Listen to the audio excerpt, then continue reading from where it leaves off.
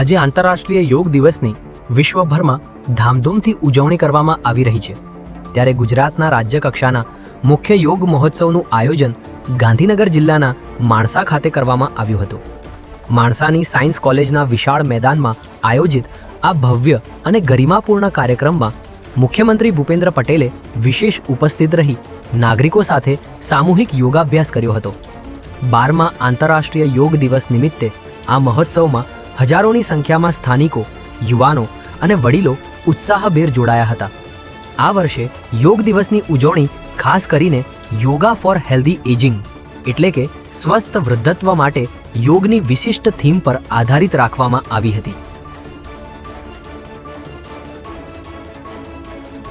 નીટની પરીક્ષાનું paper leak થયા બાદ આજરોજ ફરીની પરીક્ષાનું આયોજન કરવામાં આવ્યું છે। ત્યારે આજે રાજ્યના 211 પરીક્ષા કેન્દ્રો પર 79 કરતાં પણ વધારે ઉમેદવારોએ આ પરીક્ષા આપી હતી।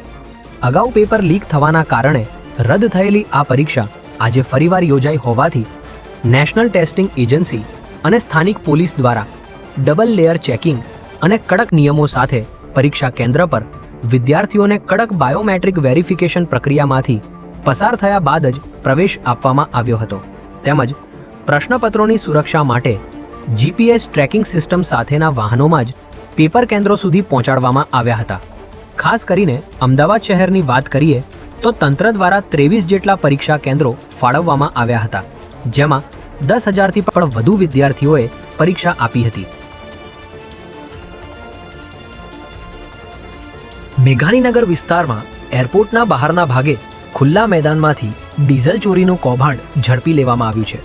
મળતી માહિતી મુજબ મેઘાણીનગર પોલીસ સ્ટેશનનો સર્વેલન્સ સ્ટાફ મોડી રાત્રે પેટ્રોલિંગમાં હતો ત્યારે બાતમી મળી હતી કે મેઘ એસવીપી એરપોર્ટના કાર્ગો બિલ્ડિંગની પાછળ પ્રીમાઇસીસની બહાર આવેલા CISF કેન્ટીન નજીક ખુલ્લા મેદાનમાં 2 આઈસર ટ્રકમાંથી ડીઝલની ચોરી ચાલી રહી છે।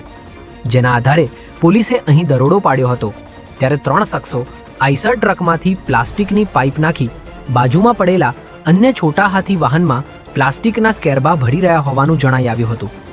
જેના આધારે પોલીસે રાજેશ પટેલ, નિલેશ સોલંકી અને ગૌતમ સોલંકીને ઝડપી લઈ 45 લીટર ડીઝલ અને ચોરીમાં વપરાયેલ છોટા હાથી વાહન સહિતનો મુદ્દામાલ કબજે કર્યો છે।